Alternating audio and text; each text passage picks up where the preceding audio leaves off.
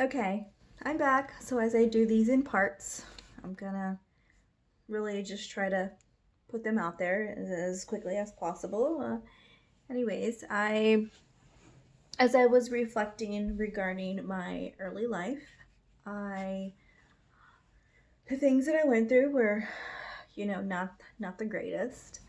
My mom did her best in trying to give us a home, keep us comfortable, all of those things, which kind of resulted into a lot of backwards motion. Yeah,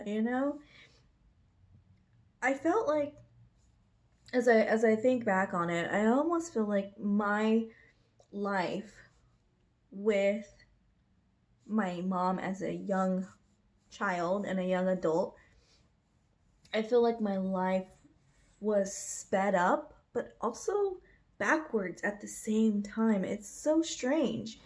Um, my mom was a great mother. My mom definitely made sure, that she was present. I she was, of course, one of those mothers who, made inappropriate comments and always called us out of our name.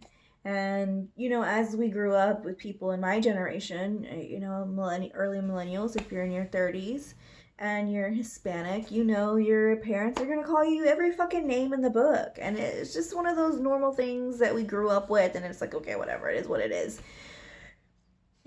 And it just stick, and to this day it's stuck, and it's so strange, and only because I try to be better.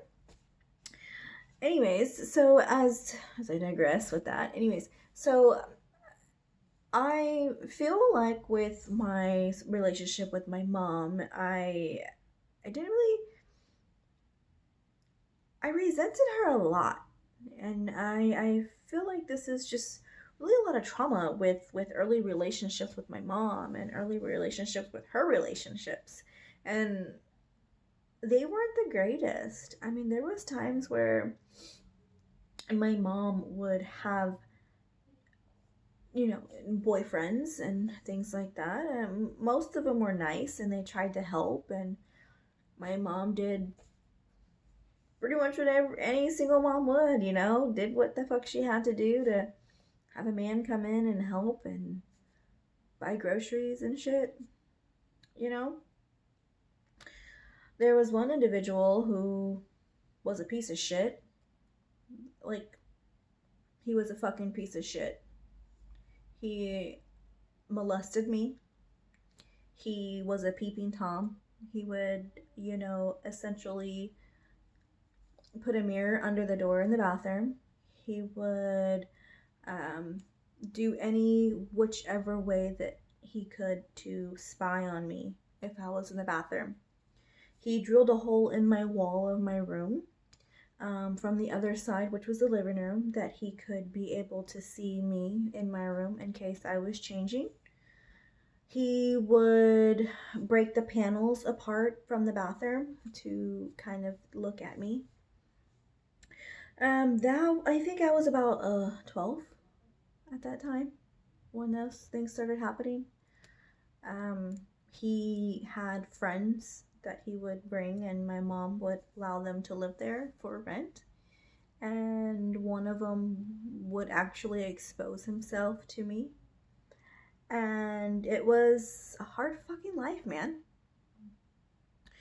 Whenever I approached my mom to tell her about these things, she did not believe me. So I had to live like that for, you know, a couple years. And then, my mom never had any, not respect, but she never had any trust in me. Which I was a badass fucking kid. I was bad. I was bad because I didn't want to be home. I didn't want to deal with that shit. I was scared and disgusted and uncomfortable. I didn't want it.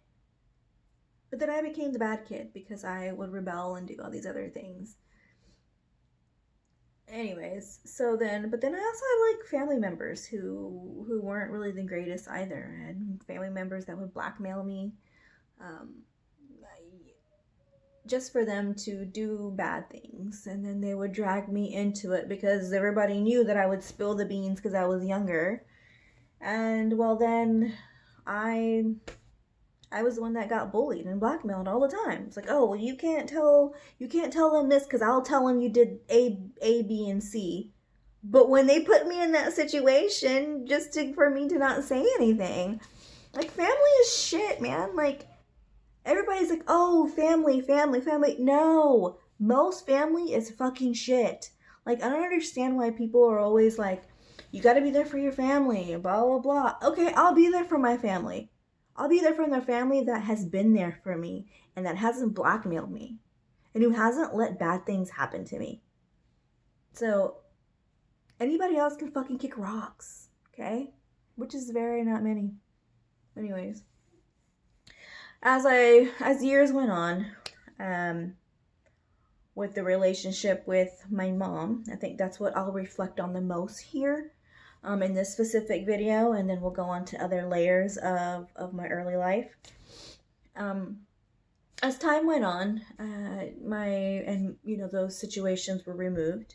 The relationship with my mom got a little bit better. It was still hard. It was still hard to really um, gain a really positive relationship with my mom, and it was really hard for me to approach my mom with any problems I had because there was always just a bunch of negativity, and I was just like, man, I'm already scared with life.